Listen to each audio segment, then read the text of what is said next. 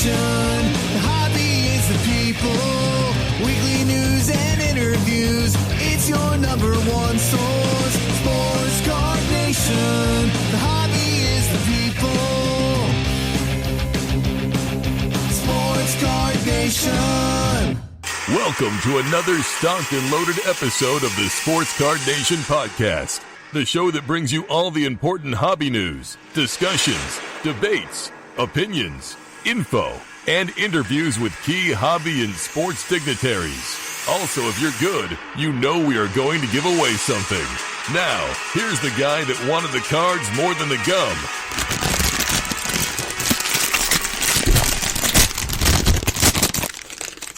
John Newman.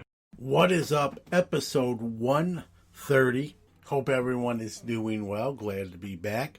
Got a great guest today, DJ Skee, multi-talented music icon, Tops Project 70 artist, hobby store owner, multiple locations, podcast host with Clout, a man who wears many hats, very busy, but he was generous to give us a little bit of his time and appear on the show today. We're going to talk a lot about what he does, the hobby, some current state of affairs, and DJ Skee, just a really, really good guy and an asset to the hobby.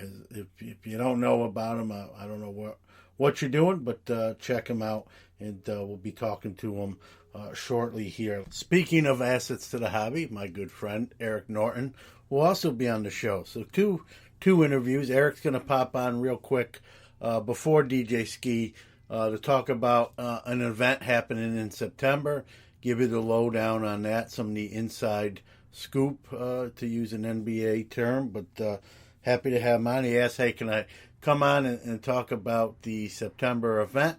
I said, no doubt about it. So we'll hear from Eric as well shortly about that event. A lot of big news in the hobby this week. We got some eBay news. We got some news on the National. We got some news on the grading front. Rarely a week goes by where we don't have some grading front news. So bigger news week once again in the hobby.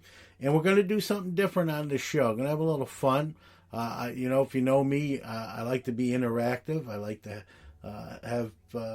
interact with the hobbyists, the people, as the tagline goes. And I'm going to try, we're going to start this week, have a guest speaker do the new product release schedule each week. And so each week I'm going to have a fan or a listener of the show or someone who volunteers, quite frankly, do the hobby new release schedule rundown. And we're going to start this week, and we have a great first-timer that's doing it and came through in the clutch and did a great job.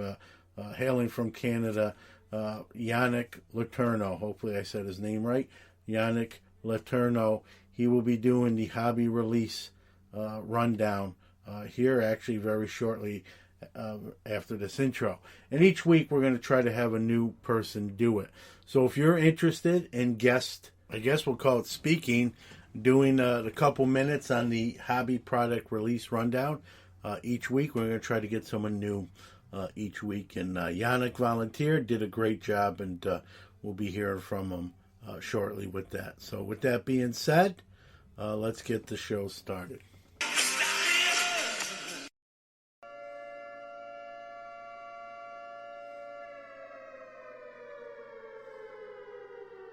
Time for this week's incoming product releases.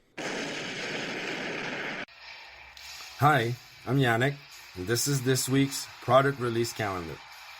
On Friday, June 4th, baseball with 2021 Topps Finest and 2021 Panini's Absolute. Football with 2021 Pro Set Draft Day, a 10-card rookie set, and 2021 Wild Card Matt White Football Hobby Box with 18 autographs. Also, soccer with 2021 Panini Chronicles, and don't forget Yu-Gi-Oh! Lightning Overdrive Booster and Pokemon First Partner Pack Unova. On Tuesday, June 8th, some political trading cards with the 2020 Decision Series 2. On Wednesday, June 9th, baseball with 2021 Topps Series 2 Hobby and Jumbo boxes and 2021 Onyx Vintage Baseball Collection.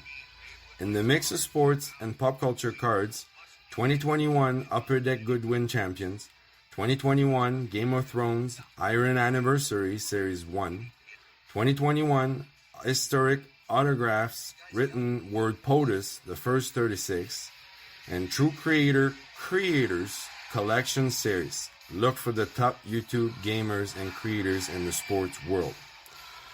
On Friday, June 11th, we have two Panini's football products with 2021 Panini Prism Draft Picks H2 Collegiate Football and Collegiate Football Hobby. And last but not least, 2021 Topps UFA Champion League Chrome Soccer. Thank you, and come back for more next week. Iron Sports Cards is your #1 source for all your PSA and other grading submissions. Their elite status improves turnaround times. Heck, they even provide the card savers. Their chat rooms provide updates on all your submissions. They also offer wax options and single cards to cover all the bases. Check them out on Facebook at Iron Sports Cards Group or on the web at ironsportscards.com, or even give them a call at 1-877-IRON-PSA. Rob's got you covered. It's time for the Hobby What's Up, where we go around the hobby world and tell you all the latest news and breaking stories from the hobby we love. What's up? What's up? What's up? What's up?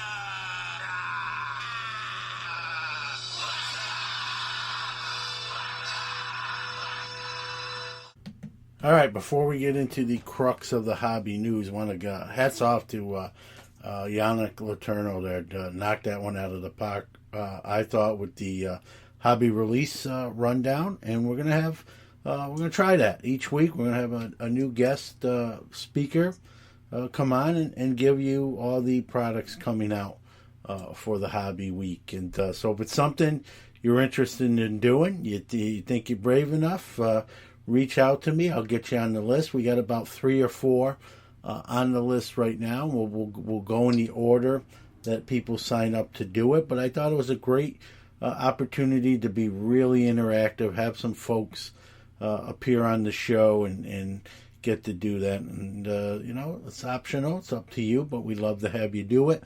If you're interested, like I said, I can put you on the list. I'm going to go in the order of sign up, so you might have to wait a few weeks if you will, and if you don't mind. But really appreciate those that did reach out when I first asked for it. So we got about 3 or 4 ready to, in the key, ready to go. And so if you want to be added to that list, I'd love to have you be part of the show. So let's talk about Big Hobby News Week. It's alive! It's alive!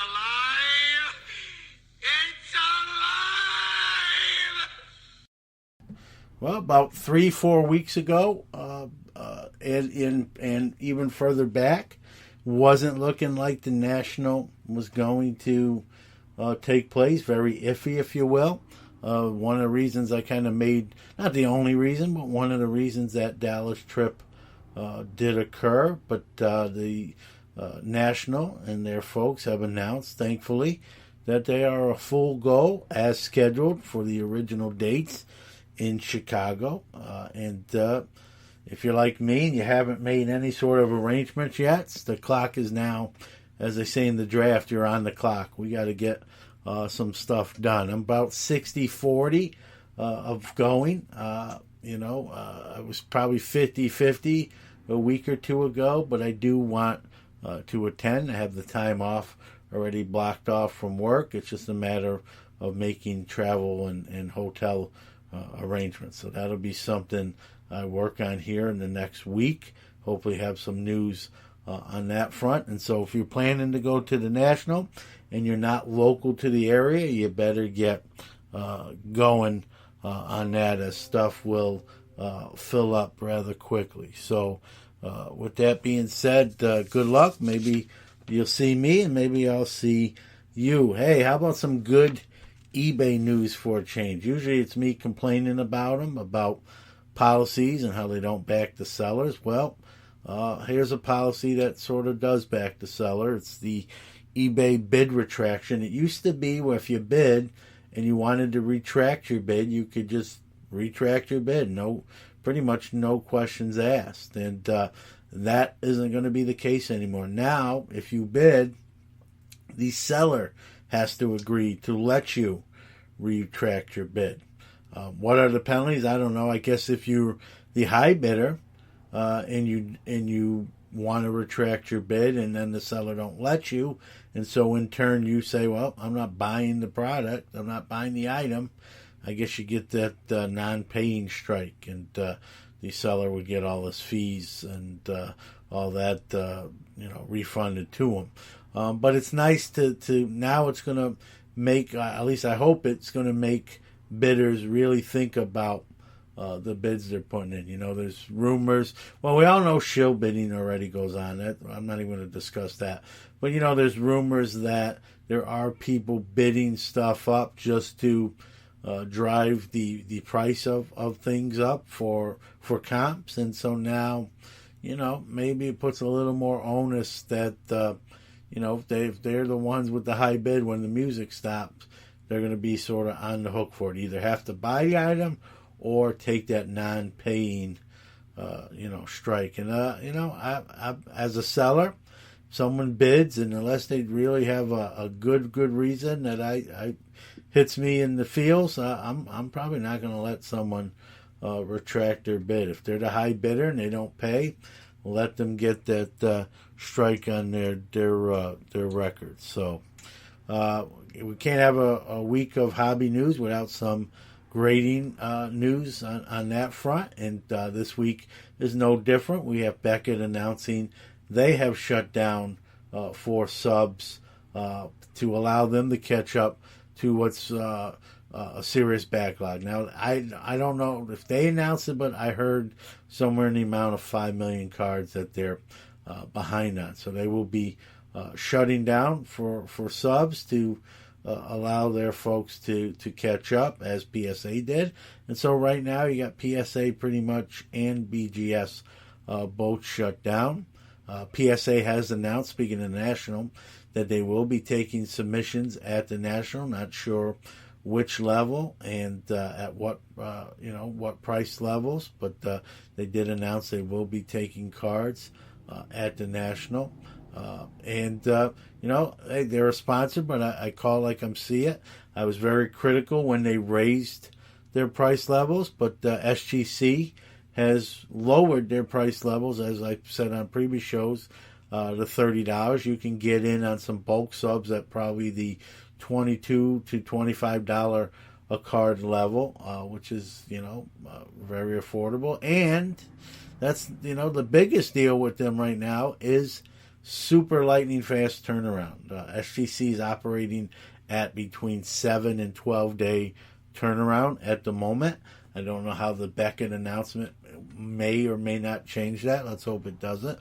But at the moment, you just have to go on message boards and see. People are like, hey, I sent this SGC order in on Saturday, and I had this back in my hands graded up the following Saturday. I've seen a lot of those. I've seen many, 10 to 12 days. And so if you want your stuff back on a timely, quick fashion, SGC right now is doing a great job on that front. And, with the National coming up, you think about it, we're here into, early part of June.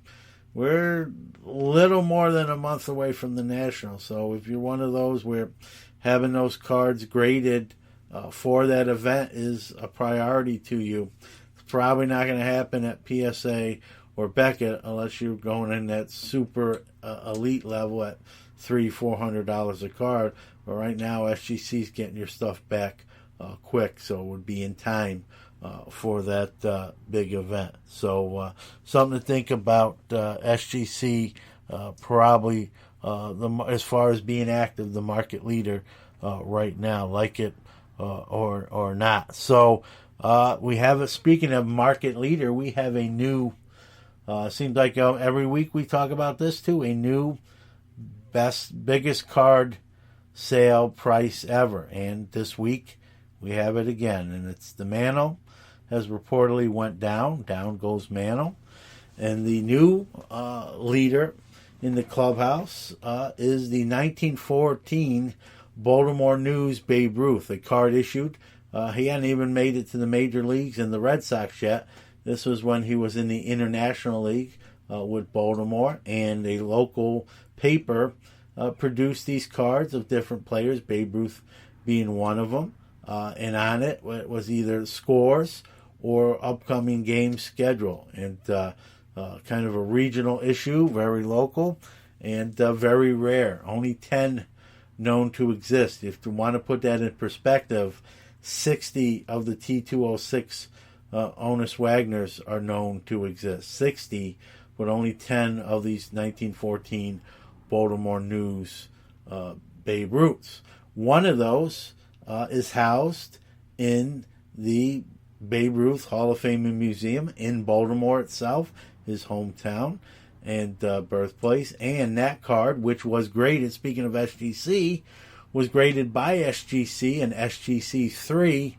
That card is the card that has sold, and it has sold for a reported over, approximately and potentially over $6 million. Now, details, the buyer has not been identified, and none of the exact details have come out exactly, but it's being reported that the sale is for at least $6 million.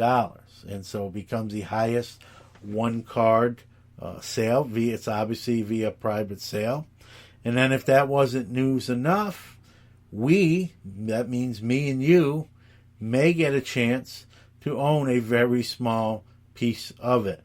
Because Collectible, the fractional shares company, Ezra Levine, the CEO, he was on the show a few months back, has agreed in principle with the buyer to make a small percentage of that card available for fractional ownership. And so Collectible, it's going to take about 30, 40 days to get through the SEC, and they have to go through all that fine print and look at the item and make sure it's all on the up and up. But in about 30, 40 days, me, you, and anyone else that wants to try to own a share of it is going to get a shot. Their Collectible is being allotted 20,000 shares at $3 a piece. So $60,000 in share capital will be raised, 20,000 shares at $3 a piece.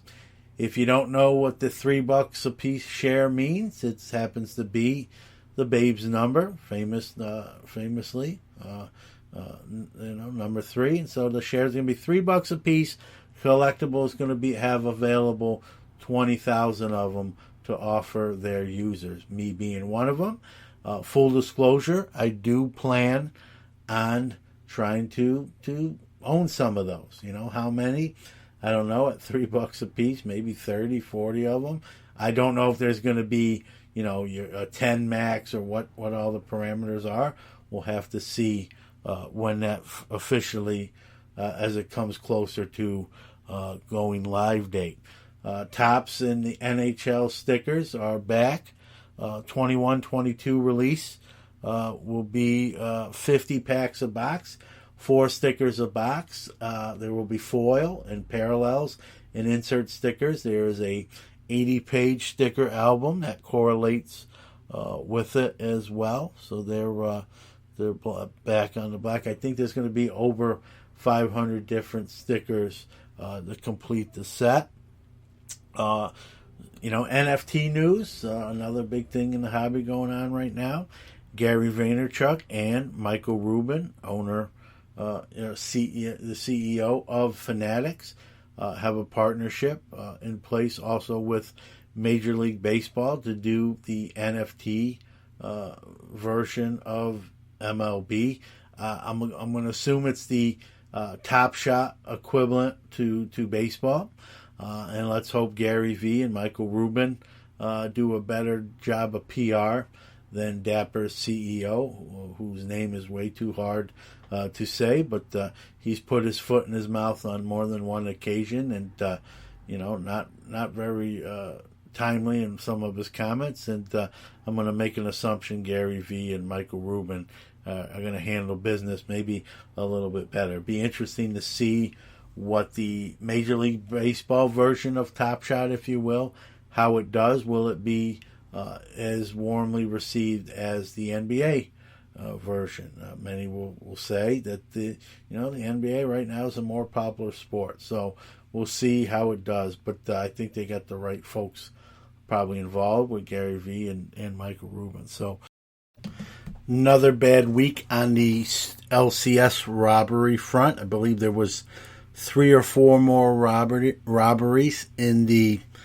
South area, Tennessee, Kentucky being hit. And, as these values continue to soar and increase, these cards, these wax boxes, these sealed cases are just huge commodities. They're like gold bars, and people are going to do anything to get their hands on them. So check that out online. See if you can, recognize anything, maybe some of the stolen goods. If someone just all of a sudden has all this stuff out of nowhere, maybe question where they're getting it from. But I know in one of the robberies, they pretty much rappelled from the ceiling. Looked like they had scoped out the place. They avoided all the motion detection and cameras that were in the store somehow. So a little bit of a mission impossible there. But even at home, something to think about. So.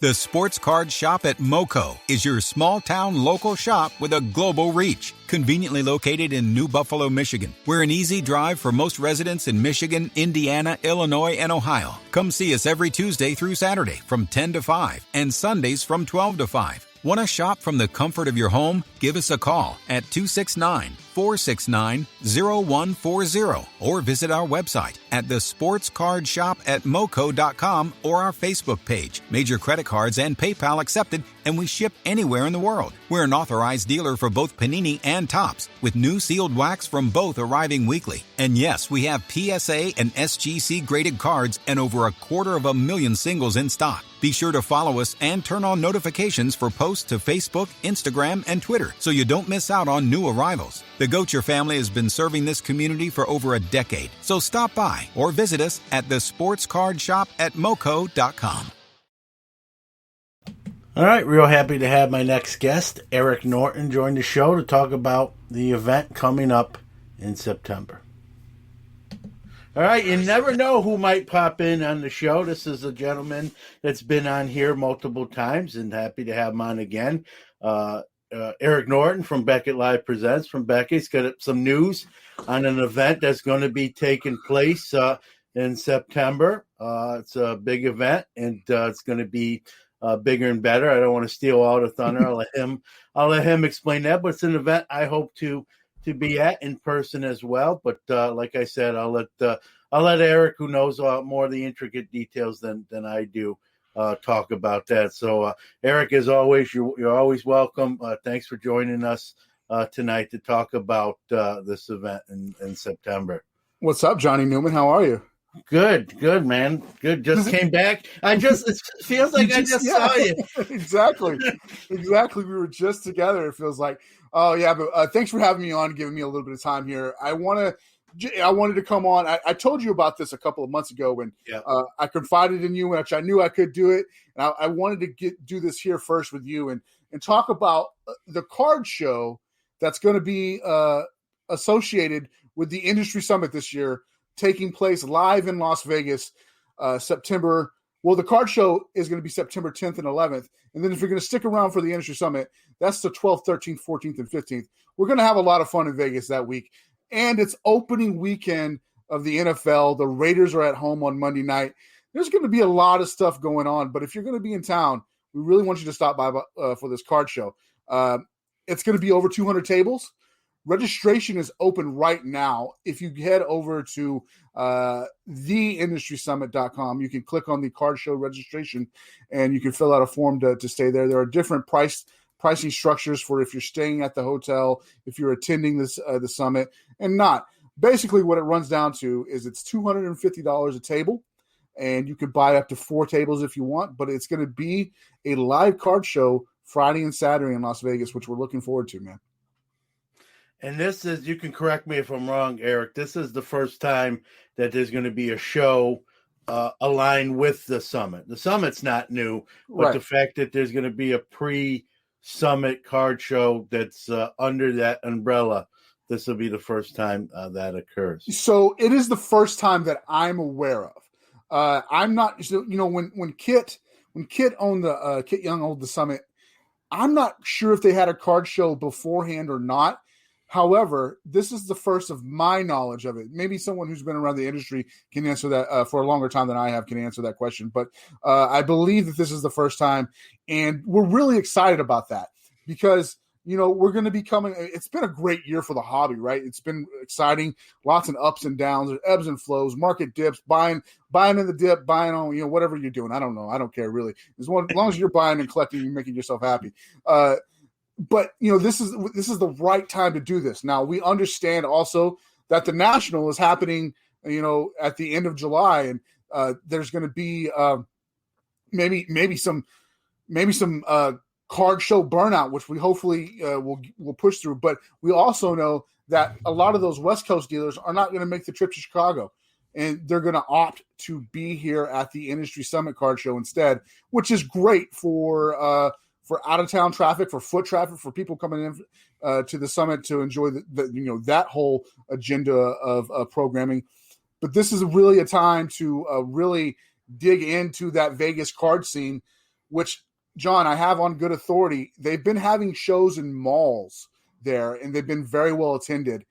But this is the first time that it's going to be over 200 tables, so that's going to be a lot of fun for everybody who attends. Yeah, and again, aligned with a big industry event where you have, card companies there. We know Panini and Leaf are involved, and obviously Beckett. So it's a huge event without the card show, let's be honest. And now you add that to it. And even like you mentioned, the early inclinations with Kit Young.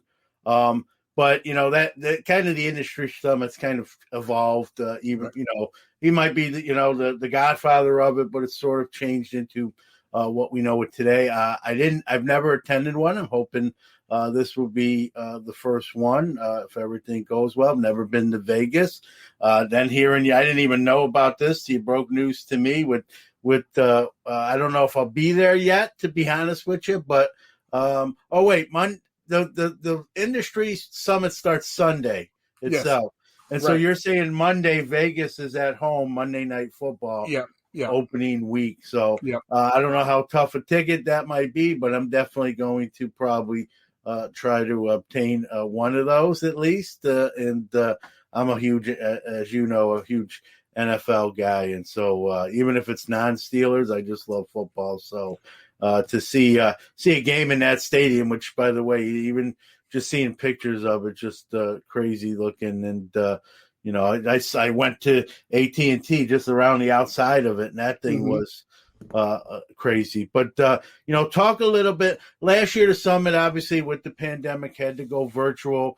I do virtual a lot at work. I just knew I couldn't do it, but got rave reviews, went off smoothly or fairly smoothly. A lot of people gave it rave reviews. Again, this is going to be in real time, but I also noticed, you can correct me if I'm wrong too, there is going to be a virtual option for those that maybe still can't make the trip, or maybe it's too much. Hey, I went to the National, but I can't afford it, but I still like to experience it. There's still going to be a virtual option as well. There definitely is. Before I get to that, though, check the schedule. It's going to be Raiders-Ravens Monday Night Football. So a little Lamar Jackson, and maybe Aaron Rodgers is a Raider by then. I don't know. Well, as a Steeler, I'm going to be a Raider fan for at least a day in that game. So awesome. Yeah. So, man, we are going to have a virtual element to the summit this year. I believe the cost on that is just going to be $99. And what you're going to be able to do is you're going to get access to the speakers Not all the speakers, I don't believe, not all the sessions, but the premium ones, the ones that you want to see, that you want to hear.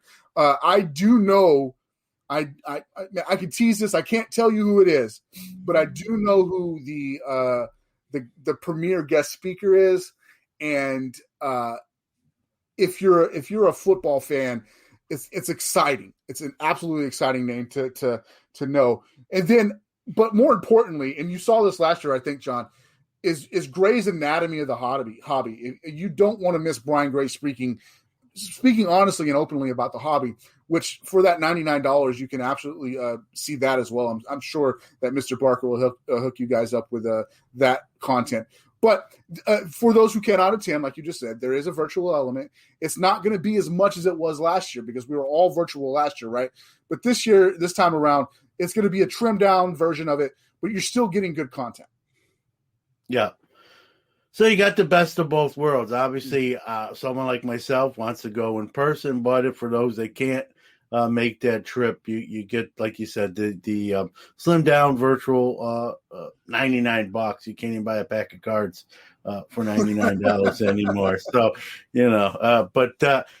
as someone, I've seen videos, I've seen highlights from it. I got a general idea of kind of, the format and what goes on, kind of speak to, for those that are going to come to in person, what to expect, where to, get you sign up, make sure you get in. Is it limited? I mean, there's like so many people sign up and then they gotta, hey, we're full kind of, is there a capacity here? I think, and don't quote me on this, you can check the website for more information. That's theindustrysummit.com. I think it tops out at 300.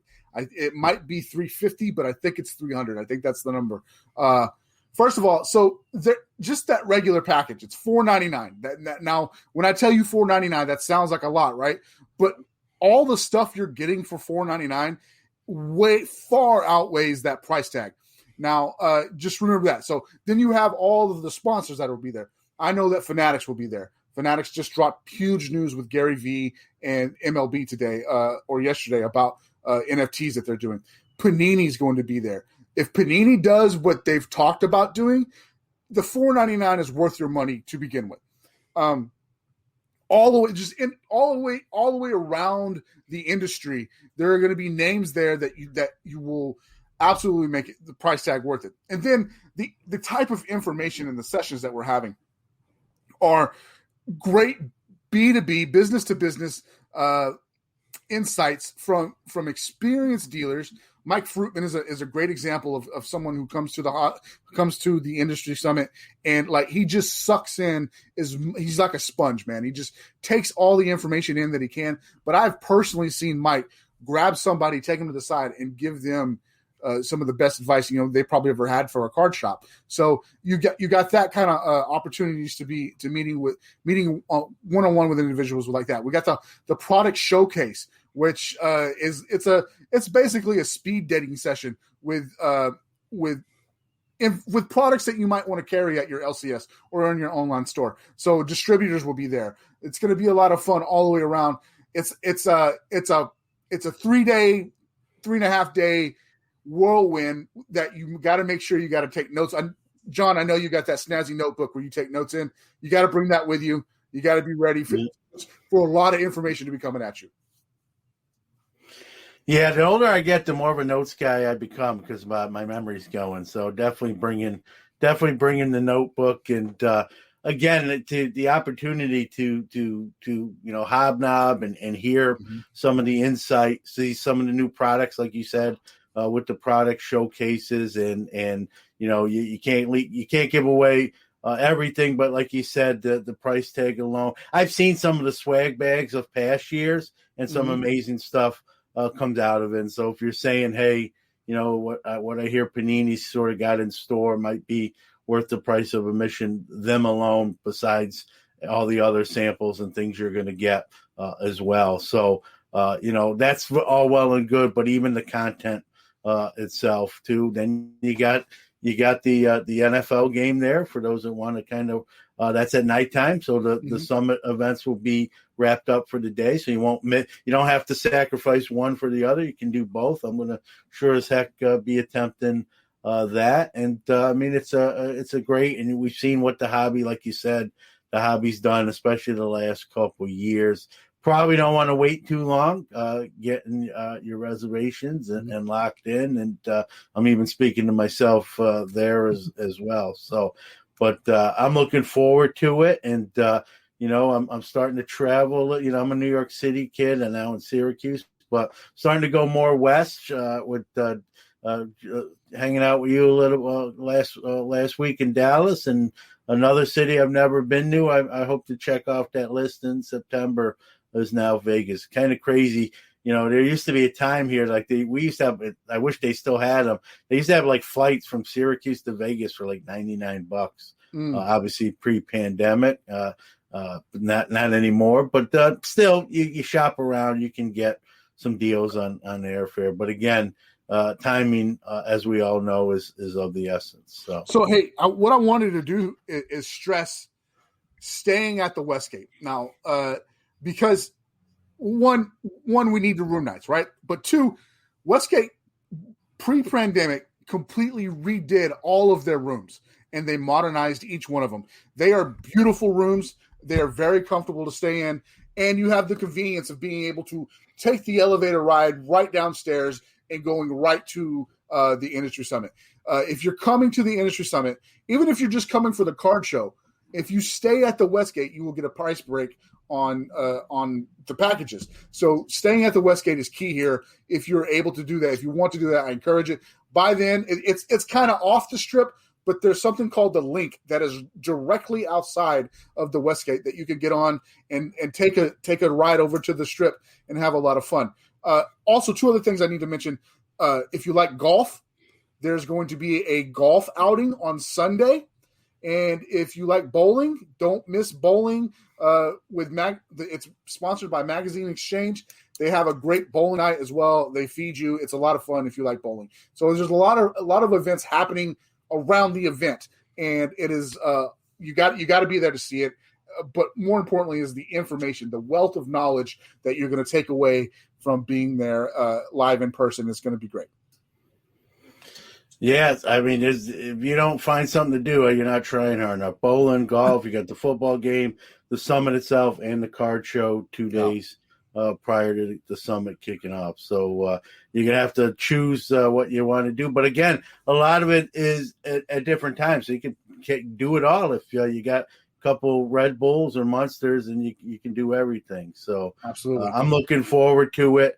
Again, don't drag your feet if it's something you want to attend, and especially in person. Don't drag your feet. Make your travel arrangements. Probably the way things are going with pricing in the world right now, probably better to buy your airfare today rather than next week and or the week after that.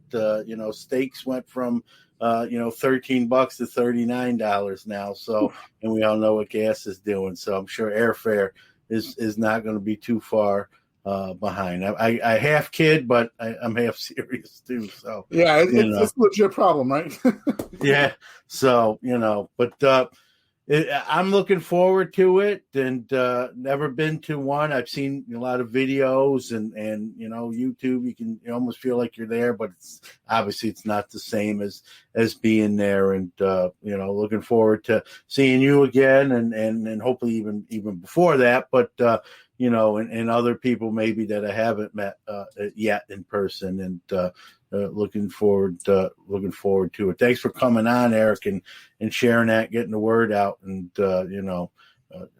I'm racking up these airline miles, I think, at this point. So that's good, man. I'm excited. I'm gonna see you twice in 1 year, man. I'm excited about that. Yeah, and if Toronto, hey, listen, if the Expo comes back live, I'm not. That's right. I don't want to say in my backyard, but not too far away.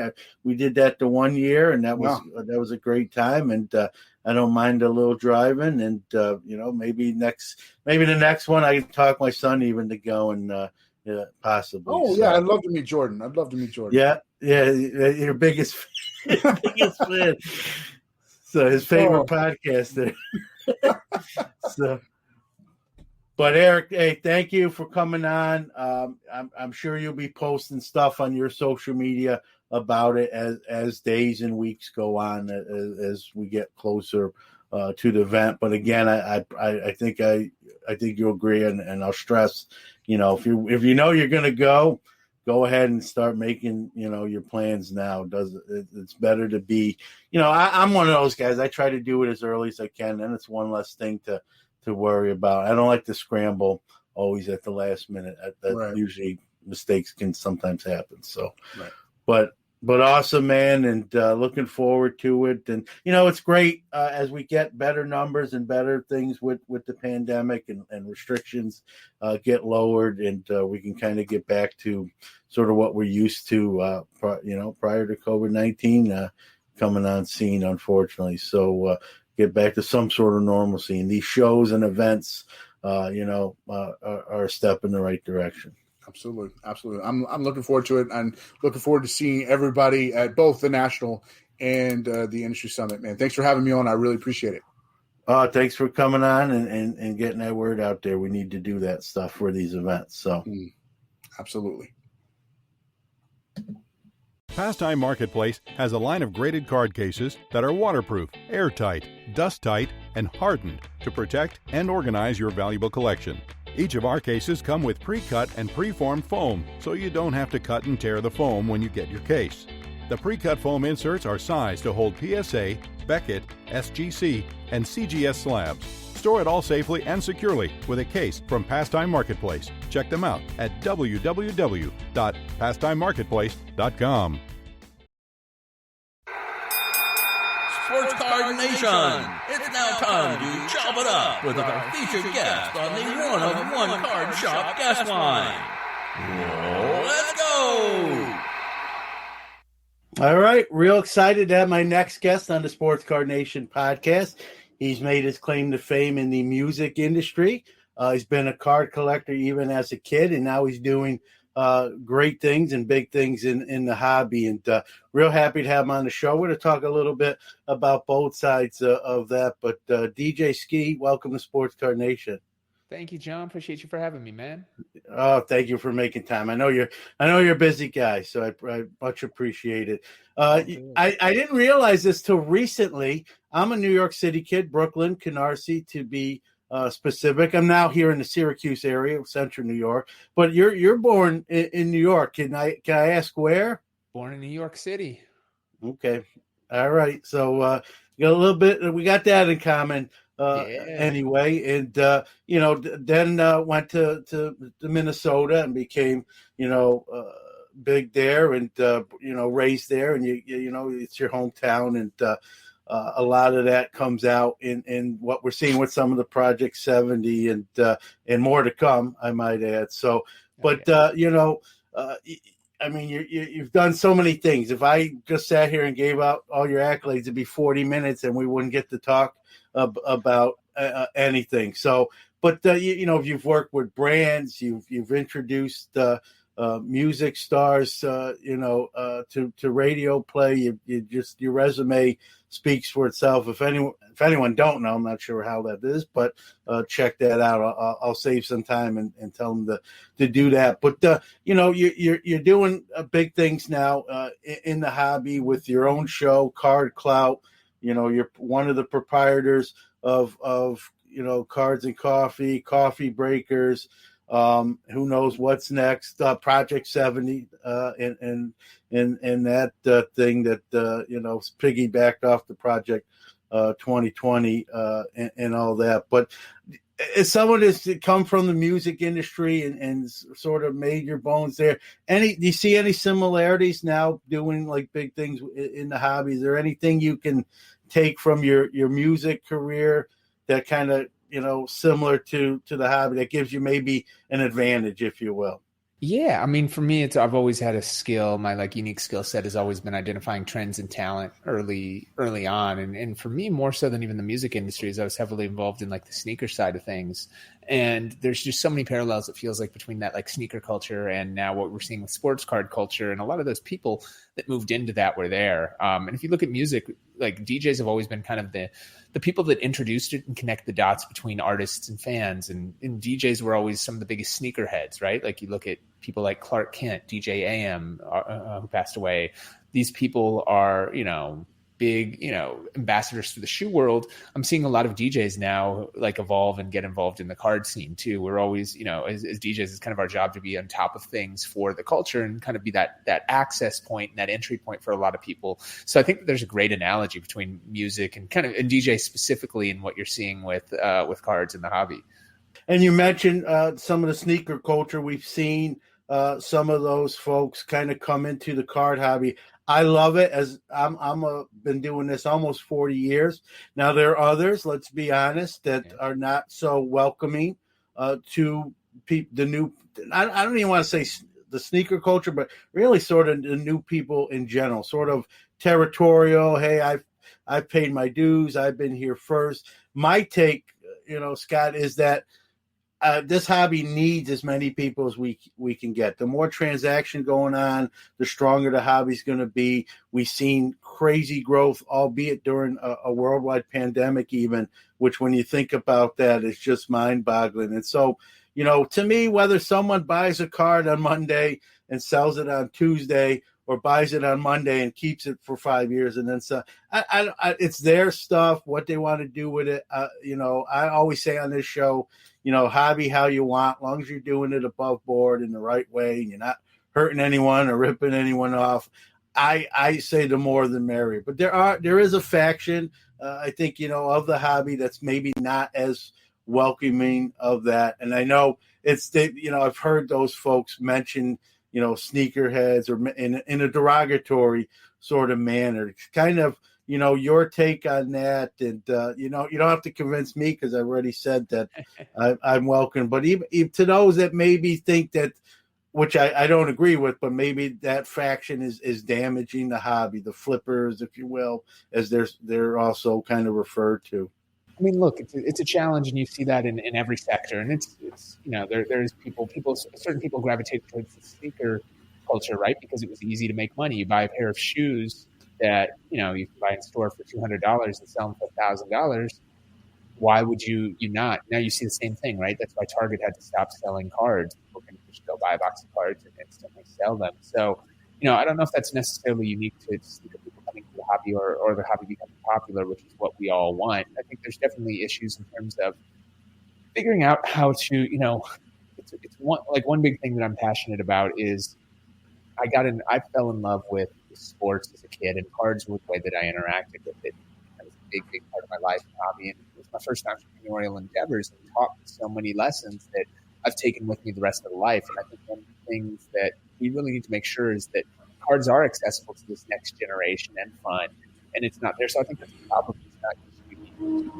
I think, of course, there's going to be people that jump between, I don't know if it's necessarily hardcore people from sneakers. They might have been there before, but before that, they were probably doing something else, right? Like there's people that are always going to be opportunistic, and it's a hustle, right? Like it's tough to be mad at people for going out and doing that obvious stuff, although it does suck when it just, they're taking away products from people that we want out there. But I think just in terms of an influx and, the hobby needs to, like everything, it's going to evolve, and it needs to in order to stay relevant and to appeal to that new group of consumers. And that's really one thing that I've been trying to do is bring people in. It's not easy to get into it when you're talking about grades and so many cards and so many layers and so many intricacies that you need to know when you dive in. And that's why for me, it's creating things like Cards and Coffee. That's a new breed of retail shops and a new breed of breaking that is more targeted for this generation. It's like creating shows like Card Clout that while you as a card aficionado will appreciate, it also is accessible to somebody that knows nothing about cards and will hopefully draw them into it. And same with even the stuff that I'm doing with Tops.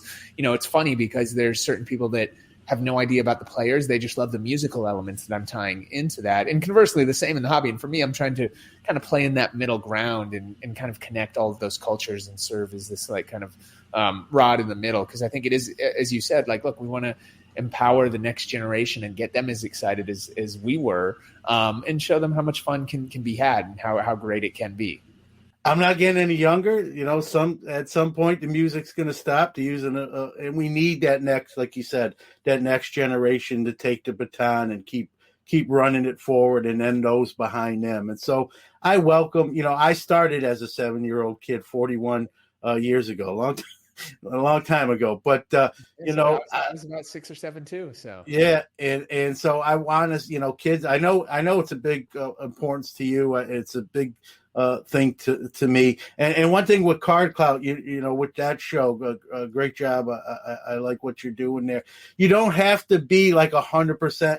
You can watch that show and not be even, let's say, in the hobby and still appreciate the show. Kind of it mixes. Both worlds kind of come together on the show. So even if you're music or a celebrity, whoever, the guests that you've had, you can watch that show and still laugh, chuckle, and enjoy the content without being in the hobby. And like you said, maybe someone watches that and says, man, I didn't realize this about card. Let me look more into this. And if so-and-so's doing that, right, Snoop Dogg, whoever else, hey, if it's cool to him, it's probably cool to me. Let me look more into that. Or I used to collect. I got, I don't have them no more. Let me rekindle that. I think that's so important to be an ambassador and an advocate of the hobby and culture in general. I think you do. You don't need me to tell you this, but you do a tremendous job with that, and I think it's important. Thank you, man. That's great to hear, and that's what it's all about, and that's exactly what we're trying to do. Now, do you have, now knowing who you are and what you're doing in the hobby, do you have a lot of maybe artists or celebrities kind of reach out? Hey, I want to start collecting. What do you recommend? Can you help me out? What should I buy? Hey, I'll give you this amount of money. Hook me, give me some stuff you think will be a good start. Do you get a lot of that maybe? Yeah, people are taking notice, especially with what's happened the past, year or so, right? Like the scene has just accelerated. So a lot of people are asking questions, and that's one thing that we're trying to help bridge the gap for is, again, it's kind of confusing to get in if you haven't been into cards. You don't understand what grading is and what different companies are and which ones are meaningful and which cards, why this card is meaningful and why a refractor, why a numbered one, what's so much more special about this versus that? Like there's all the intricacies that we know. We're like, oh, that's a refractor, that's numbered, that's a PSA 10. They could be like, well, it's graded 8 by some off-grading company that's not a refractor, not numbered. Why is there a difference of $1 million in prices of this? Don't I have the same one? And it's like, look, we all get hit up by the people. It's like, oh, must have $1 million in my collection. Come look in my garage. And you're like, it's all old 80s, 90s junk era whack stuff with very few things of value. So I get a lot of interest and a lot of people hitting it in. There are some artists that are very familiar. Believe it or not, a lot of the younger kids and younger artists seem to really have grown up and be a lot more familiar with like a lot of the Pokemon style cards and some of the other non-sports cards, which is great. It's not necessarily a field that I really know or focus on. I'm really focused on the sports side of things, as that's kind of my foundation. But there are others that are really starting to get into it. And I think it's going to, as time goes on, and especially with some of the things that we're trying to do. And that's why I think once the world opens back up and they're able to actually go out to our shop and see it, because our shop is right where our Dash radio headquarters are, where all these artists are coming all the time. I think it's going to, really open people's eyes once they see it in person in terms of an artist perspective. Yep. And you got the store in LA and you got one Salt Lake City. And so I got to ask, being an East Coast guy, is there another one, maybe eventually East Coast somewhere potentially? Oh yeah. We're working on it right now. Sooner than later. Okay. All right. I won't press you. I mean, I don't want you to, give away the secret recipe, so to speak. You're good. But you do, even with the store, you do it a sort of a different way. It's a modern version. There's always something going on between breaking. You carry, like you said, whether you're not into the sports cards and maybe into the non-sports end, or obviously the sports cards. There's something that covers everybody, and so. I know you, and from whether you get into a break or you just want to buy a pack of cards, you're there for all, avenues for someone in the hobby. You don't really shut anybody out, and I think that's important. Going to step aside for a quick break to hear from one of our national sponsors, but right after that, we'll be back with more from DJ Skee. Just talk about really how the cards are called. How did that all come about for you? Sure. So I was looking at actually I had a retail space at our Dash headquarters that we use as a pop-up store, and it was shut down during the pandemic since we couldn't do physical experiences, and got connected with Dan Fleischman, who was looking to open a card shop down the street at the W in Hollywood. And I basically said, hey, we have the space. I was thinking of doing a ski sports gallery where I was going to put a bunch of cards and memorabilia, and, I didn't really know kind of a store, but more of just kind of like a high-end art gallery. And we just got randomly connected, and he told me what he was trying to do. I didn't really have the energy to handle operations or deal with the retail component of a store, as it's a grind, especially on the break side. Like, it's just so much work. And they had a whole vision and team. And I was like, look, let's team up. And it all kind of came together. And we brought in Aoki, who's a mutual friend of both of ours. And luckily it's worked out well. Yeah. And when you think, I don't know, I've never been to Hollywood, so it's easy for me to say or play armchair. I had a store way when in the 90s for 6 years. But when you think Hollywood, sports cards really not the first thing, that comes to mind necessarily. You think of like Rodeo Drive and Gucci and purses and handbags and men's clothes, all that high-end stuff. As we both know, cards are high-end too. But again, it's not the first thing we think of when you think Hollywood. Was there any trepidation there? Did you think, like, can this work here? Or were you really fairly confident, like, this is the hobby so worldwide now and exploding that even here, we're going to have no troubles type of deal? Yeah, I mean, we're lucky we already had the space, so it wasn't too big of a risk for us. So we kind of had an advantage jumping in for it. And the thought process was, it's the most famous street in the world. There's so many tourists there, and there's so many locals, and there was really nothing in the area. And we really wanted to open a card shop. Well, there's a lot of great card shops in Southern California. We wanted to create something that was more boutique-ish and really targeting kind of the next generation of consumers, and is in an area where all these people live, right? Like Hollywood and Vine is where every, influencer and kind of an emerging star, when they come to LA, it's where they stay and where they first live. It's kind of their pass through. All the clubs and restaurants and things are there. So it's right in the mix of kind of connecting with this next generation, as well as all just crazy foot traffic and just a high profile location. Yeah, and it's on the map and doing big things, and now in Salt Lake City, and like you said, maybe we'll see something moving eastward as well. So looking forward to that. So let's get to Project 70. You're doing a tremendous job with that. I know you interviewed last year when Project 2020 came out. You interviewed a lot of those artists. Some I believe you probably knew even beforehand, and then others you probably got to know. And here you are with Project 70, and you're in the project. And the one thing I love what you do is you mash up the music side of things with the sports culture, and how you put those together is just I love it. It's each time there's a new release, like who's gonna be with who. Talk about how that actually came about with Topps. And obviously they knew you already, and then how did you get on Project 70? Totally. As you mentioned, I started off doing an interview series for Project 2020, which I thought was just a really cool project. I know, people are, and it obviously had its moments, highlights and lowlights last year, right? With the challenges of, overproduction and hype and people coming in and just insane print runs and stuff. But overall, when I first saw the project, I thought it was awesome. And I love anything that, I'm a big art fan. Obviously, I'm a big fan of like culture, and to recreate these iconic cards, but to appeal to a new generation and bring them on, I thought was genius. And I think people are going to look back on that project as something that was game changing and really brought in a whole new generation. And even if people weren't buying it day one, they were familiar, getting more familiar with cards, and it started making it accessible to an entirely new demographic, which I thought was just so awesome.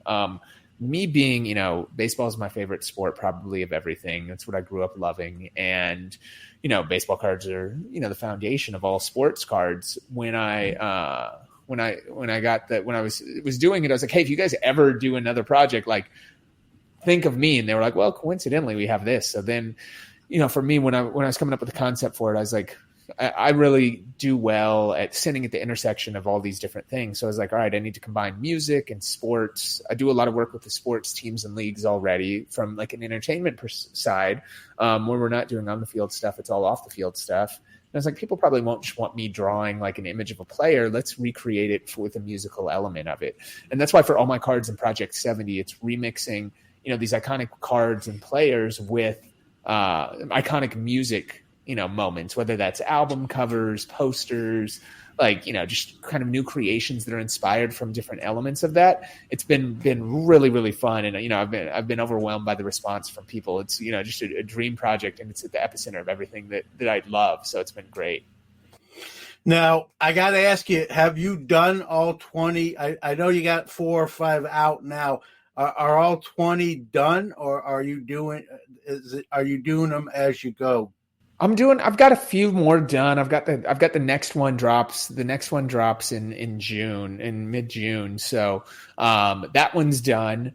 Let's see. After that, still working through, I kind of have a list of players. I have, my ones I'm for sure doing. I have a couple of those already done. And then there's a few that I'm a little flexible with and still like evolving and changing and seeing how the year operates. Like there's some rookies we'd love to get in there.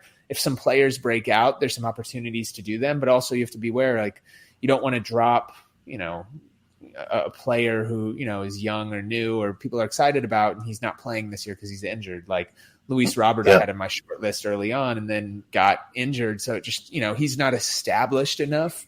And, since he's not playing, it just might not make sense for that. So it's still kind of flexible, still up in the air. I'm still, I have an idea in my head and everything outlined. The biggest challenge is cutting it down, right? Like when I first got the list from Topps, I was like, oh, great. I sat there all night and came up with a list, and it was about 100 players. And the biggest challenge, like, damn, I got to cut this down, right, to 20. So, I have a lot that I'm going in and out with. And also there's certain rights of players that they're trying to get from retired ones. So, yeah, I know you had to get Topps went out there and got a satchel for you and was able to do that, which is very cool what you did there and connected Nas with probably one of the greatest albums. I'm not even going to say rap album. I'm just going to say album of all time. And I love, how you're connecting that and that's not, people think, well, that's probably easy. It's not as easy as you think to merge those two, and do it. And be, you don't want to be too blatant where it's not as cool, where it's just subtle. Maybe people catch stuff. It's almost like Easter eggs, right? You catch stuff like, oh, I didn't even notice that, or you hear someone else tells you, did you see that? Did you see the lettering? Or no, I missed that. And that makes it even cooler is the subtleness, stuff you don't maybe even catch on the initial, look at. And, I love that aspect of it too, and even with your onus, wearing sunglasses. I mean, got a modern touch, to it, and something that we've seen that it's obviously it's a legendary, iconic card that we've seen a million times in publications, on social media, and now we see it sort of in a different light, in sort of a a modern, iconic sort of way, and in a different way where we still know what it is, but it puts a smile on our face. And I love how you've done that with all these. All right, let's step aside for another quick break to hear from one of our great sponsors, Hot Box Cards, and their monthly subscription service. Find empty shelves? Tired of going to the retail store just to find empty shelves? The solution is Hot Box Cards. They offer a monthly subscription service at a great price level. Each box contains 3 sealed packs, 3 relic or autographed cards, and 50 cards featuring stars, rookies inserts, and parallels. 1 in 5 boxes have an envelope with a surprise card. They will honor expired redemptions with a comparable item. Check them out at www.hotboxcards.net. Remember, June is Throwback Month at Hotbox, and also Use promo code SCNation, all in caps. That's SCNATION for a extra hit in your subscription box. Now back with DJ Skee. You're a Minnesota, guy, and I know that those guys all mean, all those legends of Minnesota. I'm assuming we're going to see some more, and I know you're a big Griffey guy, and you're a Minnesota legend too. So you're doing the Minnesota legends as a Minnesota legend, but. I gotta ask you. Even though I'm from New York City, Harmon Killebrew, and I'm older than you, Scott, was one of my favorite guys growing up. And I not to tell you, I'm hoping. I think he's one of those most underrated guys. When you really people don't realize how great of a player he was. Yep. Awesome. Awesome. There's one. You can't see it. It's this way. It's in a case, or I get it out. I have a Killebrew too. So when Killebrew, such an underrated player. Played during Mantle, so he was sort of overshadowed during the Mantle era. But when you look at and maybe where he played too was a factor. He didn't play in the bright lights in New York, and he played in Washington and Minnesota. I think he was open. But when you really look at the numbers, I just enjoyed, he played the game the right way. Wasn't a big, wasn't boisterous, just went out, played hard, hit, I believe, 548 homers when it was all said and done. And during that era, that's, even more prominent than what we think of 548 homers in today's live ball era. And just, even as a young kid, I sort of gravitated to the way he played. So I'm hoping maybe we see some either Killebrew or some sort of something to him. I think I think sometimes he gets sort of overlooked, and I don't want to say forgotten about. He's a Hall of Famer, but he's sort of, when compared to some of the other players of that era, I think he's very in similar talent, but not always looked upon in the same light. And so little self shameless plug to maybe see a DJ Skee Killebrew. I'd love to. You hit the nail on the head. He was a great player, and that's one of the challenges. There's only so many slots, and you also have to do like supply and demand, right? Like I'd do all Minnesota Twins if it were up to me. Like I'd be picking players like from the '91 team, like Brian Harper and others that people would sell 3 units. So the tough thing is moving in and integrating that. But I would love Harmon, and if you guys are out there and really want to see Harmon, I'd love to hear from you, because that can help sway the decisions. Like there's so many. If you just go down the Twins, right? Like all right, you take 91, you have obviously Puckett, you have Herbeck, you have Jack Morris pitching this game. You have somebody like Brian Harper, who threw me out his jersey from the World Series and threw me his batting glove. Then you go Twins over the years. You look at Mauer, Morneau. Of course, we already did Buxton. You have, do you do a new rookie? Do you do a Kirilloff, right? Like, do you do, you go back, Rod Carew, Killebrew. You have even Tony Oliva. There's just so many great players throughout the history of that franchise. And Johan Santana, you do Big Papi early on in his Minnesota days, right? Like there's so many layers. So, that's like 20 cards right there. So we do listen to the fans. So if there's demand for Harmon or any player, let me know. Would love to hear it. It helps out. And it helps me justify doing the reason to do these things. Yep, there you go. I'm going to be the campaign manager for the Killebrew for DJ Skee Project 70. I would love to do a Harmon. So, everyone, you heard the call to arms. Let DJ Skee know who do you want to see, whether it's Harmon or even anyone else. We're half kidding with that, but whoever you want to see. That's you. It's nice to hear that you even ask for feedback. I think that's a great trait, that you care what people want to see, and a lot of times you don't always get that in these type of things. I think we're seeing. I think Project 70, Project 2020, sort of opened that interaction between artists and the general public. That was the one thing I took from that project, is how those artists really opened up, like the banter. Hey, what do you want to see? Many of them did like live streams as they were doing a piece, or who do you want to, I have two versions of this. Which one do you particularly like over the other? And I think we've seen that interaction like we've never seen in art in general, and in the hobby in general. Tops, and with all due respect, Panini, Upper Deck, all these companies, very rarely are going to ask somebody, hey, this is the 2022 design. Which one do you like? But now they'll release it early and say, here's what the next year's cards are going to look like, but they're not asking anyone's really feedback. They have their own, obviously, design team that takes care of all that. But to see artists, including yourself with Project 77, sort of open that door and let people in is refreshing. And I think hobbyists and I think people in general appreciate that when they get sort of that say a little, they feel part of the process. For someone like me who can't draw a stick figure to save their life, that's about as close to the art world as I'm going to get, is maybe seeing what you're doing, or like even now doing a little politicking for my guy Harmon Killebrew there. But the fact that we even get to do that is says a lot about the artist, yourself included, and the project and the whole nine. So kudos. I appreciate that. And that's what it's all about. It's about fun and giving back, right? And doing really cool things and engaging. Like, look, we're doing this for the fans and for the community. So I want to make sure everybody's involved and having a good time. So.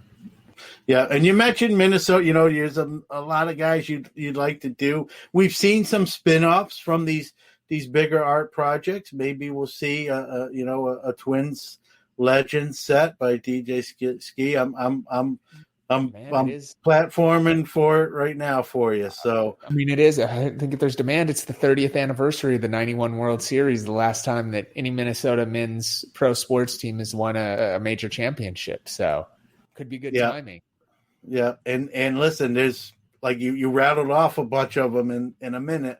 There's just so many. People don't realize that. How many people have how many legends have played for the Twins from the early days to even current. You left off a few. You could have went more. You could went more. So that would be if that's something that you could do. You'll have. Again, you might have problems depending on how big the set they want. You still might have problems getting everyone you want in it. So I'd love to. That'd be great. Yeah, well, maybe we'll see that. I'm promoting it. So let's go. Let's go. That's what we need.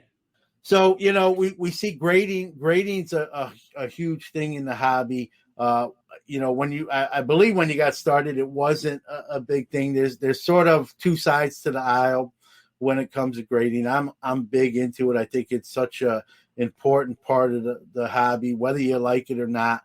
I understand if someone doesn't buy graded cards, submit graded cards, to each their own, and that's the beauty of the hobby. But one thing we can't say, even that person who's not in the grading, it's still an important thread of the hobby. Your raw cards, sort of, what they're worth or sell for, are in relativity to what we see on the grading side. I think this year, one thing I've noticed as someone who grades cards, and I've seen a little more animosity. I understand some of the grading companies kind of are their own worst enemy and don't do themselves any favors. I get that, but I've seen a lot more animosity from people who don't grade to people who do. I don't know why. I don't kind of reciprocate it back. If you don't buy or submit, that's great. I didn't always do it at one time either. You can evolve and pivot and change it.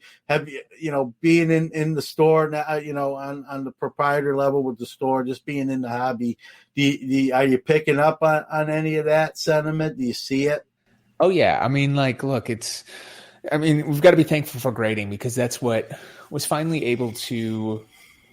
If you're looking at it from an investment standpoint, right? It's like what actually made sports cards investable, because now you're able to serialize these things to manage the populations of cards, and to really, be able to do things in an exchange and a business perspective. So it by far saved the hobby from that business perspective. However, it does, also bring in a lot of just flippers and gets it away from people that are just in for the fun. I think if you follow your passions, there's two paths that you do. You're either buying cards as investments, which is fine, and treat them like such. And then if you're just buying them for fun, then just buy them for fun. I think so many people get caught up in grading and doing this. And I think that there's going to be a lot of technologies that come out over the years that are going to enable, look at what PSA just acquired Genamint, which is a company that we invested in early on. And it's inevitable, I think, that everything goes digital. And so I think a lot of the challenges that you're seeing with pricing, with weights and all those things, and my gut is like, if you're going to keep a card for a while, you don't need to get it graded right now.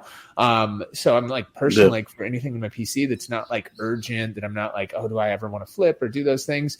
Just hold on to it, because the wait times will get better. They will solve it. PSA has new ownership. So there's just no rush. And I think one of the challenges is that people just got greedy and saw so much stuff, and a lot of lacking of knowledge. Like when you go to PSA, I had the pleasure of going down there, and what an operation. I was actually blown away by the level of I guess how high quality and how many layers of hoops each card did. I was actually blown away. I didn't realize it was that in depth. But I think that, they're just sitting on like so many just random cards that don't need to be graded. And, not every card needs to be in that. And it's like, people just would like break a card and send in everything. And that's what crushed them. Right. Like, and then it's not organized. So I think that, there's, hopefully that this, that things will get better. So I think just being patient with it is key. Yeah. And we've seen in 2020, the hobby just explode. There are just more people partaking in the hobby. There are more people partaking in grading, submitting cards. I don't think anyone truly, even if your business is going to increase, I don't think anyone can plan for that sort of influx. I don't care. The best of analytics isn't prepared for that sort of increase, Hey, one more quick fast break to hear from another great sponsor of ours, 101 Card Shop. Steve Chada and family doing great things.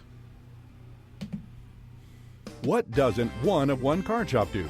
From box, case, and personal breaks, there's always fire being pulled. They offer bulk grading subs, and their large store located in Strongsville, Ohio, offers an incredible selection of sports cards, non-sports, and authentic autographed memorabilia. Steve and family will treat you right. Check them out on Instagram at 1of1 Card Shop or on the web at 1of1cardshop.com. We are back with DJ Skee.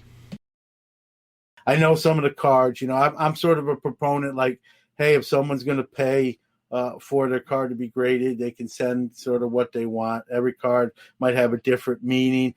But what happens of it, like you said, is now we see, PSA have to say, hey, we got to stem the tide here. We're going to have to raise the price and just to kind of catch up and be more consumable and towards the consumer. I get it. I don't necessarily like it when prices get. Who likes when prices go up, right? Of course. I don't think they do, to be fair to them. I don't think it's their thing. I think they had to do it because it's like, look, it's supply and demand, and because it is done by humans now, they can only take in so much. So they basically raised the price. We're like, look, unless you want to pay something so insane, we're not going to take it. We need to get this cleaned up. And I think they'll fix those things. But I think a lot of it, and that's why I'm telling you, like, if you're holding something and you're PCing it or just, not in a rush, hold it. They're not going anywhere. It's going to come back. Just, if it's not urgent, just be patient. Don't send it in yet.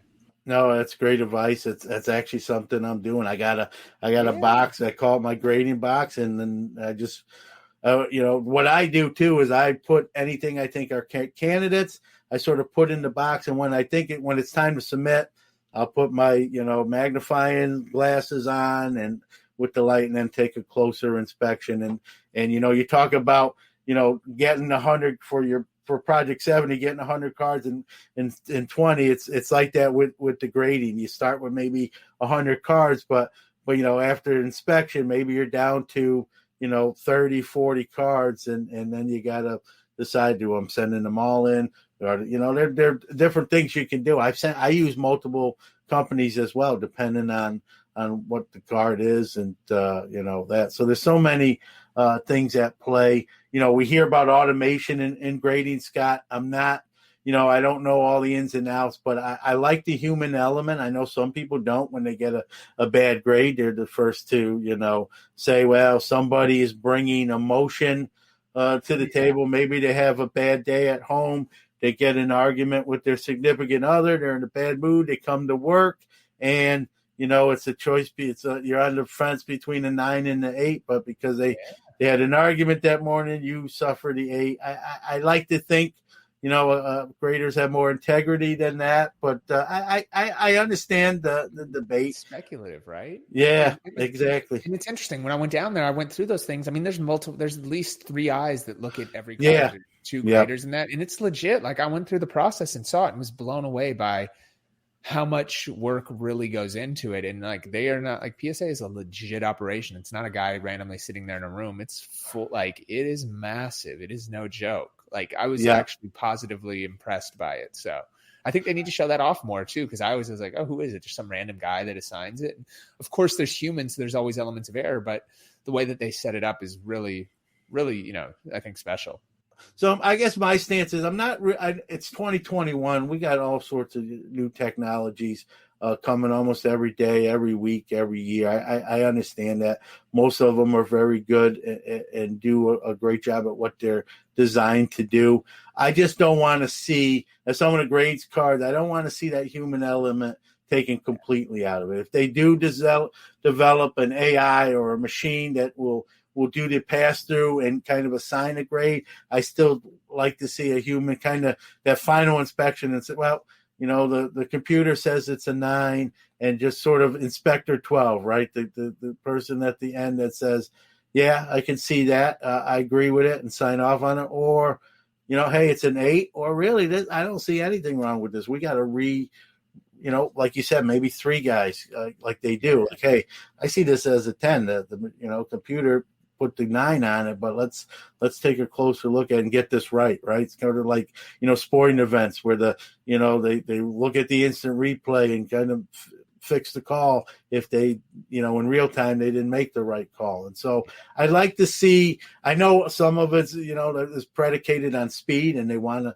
this process that's why they're backlogged, and they kind of want to avoid that. But I also think it's important, to get the call right, so to speak, too, and that. 100%. Yeah, I think it's the opposite, right? Like, you run it through those, and then you have people check and verify and make sure it's there. It's like, I used to be totally against robot umpiring, but over the past couple of years, I think it's inevitable and kind of a no-brainer in baseball, at least for balls and strikes, not for everything. But you still have something out there, but it just gets rid of the inconsistencies. Like, there's so many games that you just watch, and you're like, how did they not call that a strike 3, or how did they call that one on both sides, right? And it's just, I don't think it's fair to the players. And if a computer can do certain things like grade the centering better than a human eye can, it can be subjective. And then you have the human computers. I mean, we teach the AI everything that's there. So if you teach the computers, I think it's just the evolution of, it's like, instead of writing it, we're typing it, and they're still powering. Like, we're not going to pass the world over. Otherwise we'd be soulless computers. But they're, I think, like, to your point, if you add that layer, and then, I think perfect balance is the mix between both, figuring out how to achieve that. Yeah. I think, for the 2 cents that's where I think I don't want to see just one over the other. I don't want to see one get canceled out. I think we can still use both. I believe we can still do it in a timely fashion, which I know is a key concern on their end of things as well. So, again, every week, this as well as I do, Scott, this hobby keeps you on your toes. It's a new announcement, a new acquisition, a new technology. It's keeps me younger than my actual age, I think, hobby wise. And, I grew up where you could go away from I say this on my show all the time. You could go away from the hobby for months at a time and literally come back and not really miss too much. You can't do that in today's hobby anymore. You need to play a lot of catch up and do a lot of reading and looking at what I missed in the 2 months, and who owns who opened what new products coming out, and that's the fun. But that's the fun is what's next, what's around the corner. And I might make the argument, years ago, while the hobby was fun and it's why I'm still here.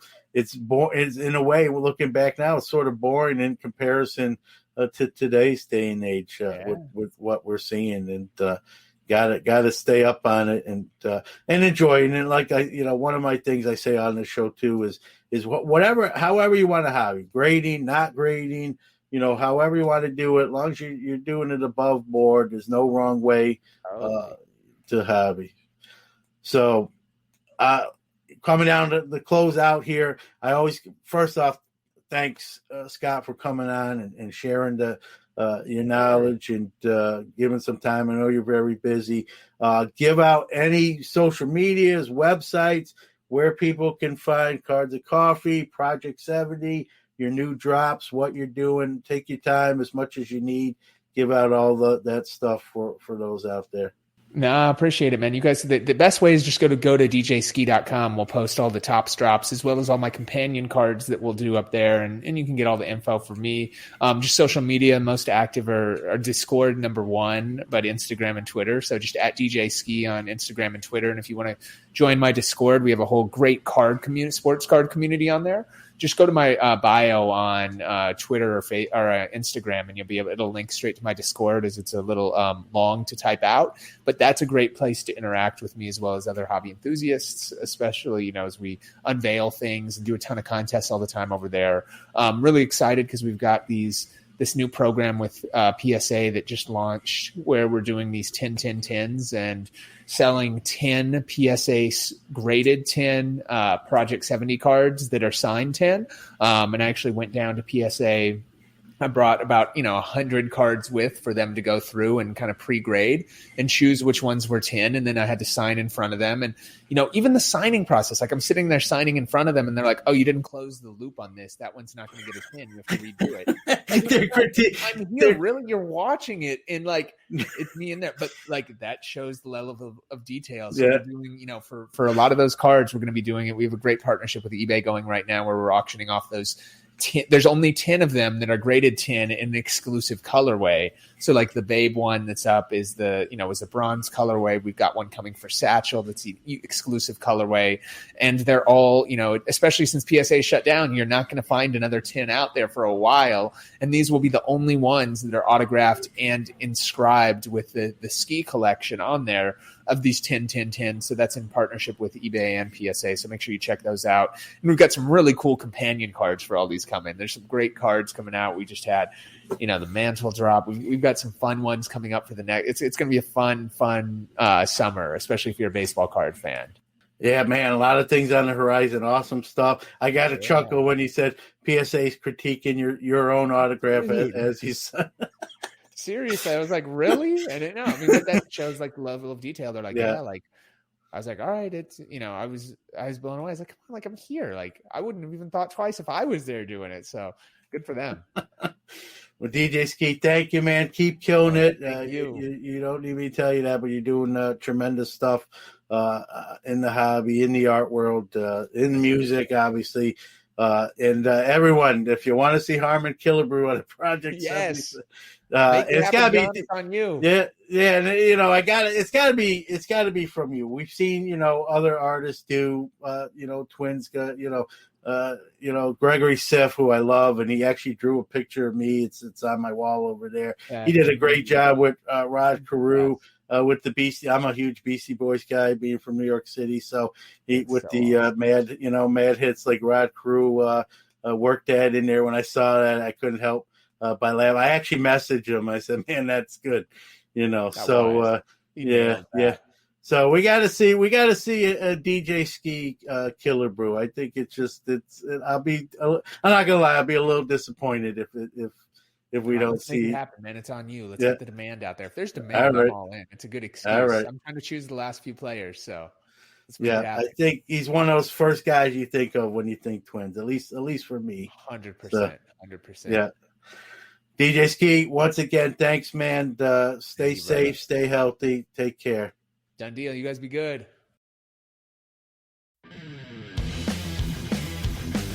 That's a wrap on another edition of the Sports Card Nation podcast. thank you to all the awesome listeners out there. Without you, there is no us. Thank you to all our great guests who drive this show, and also our wonderful sponsors who help us produce the great hobby content every week. Remember, another Hobby Quick Hits episode drops every Monday, and Sports Card Nation returns again next Friday. If you like the shows, we appreciate those positive reviews. Be well, and always remember, the hobby is the people.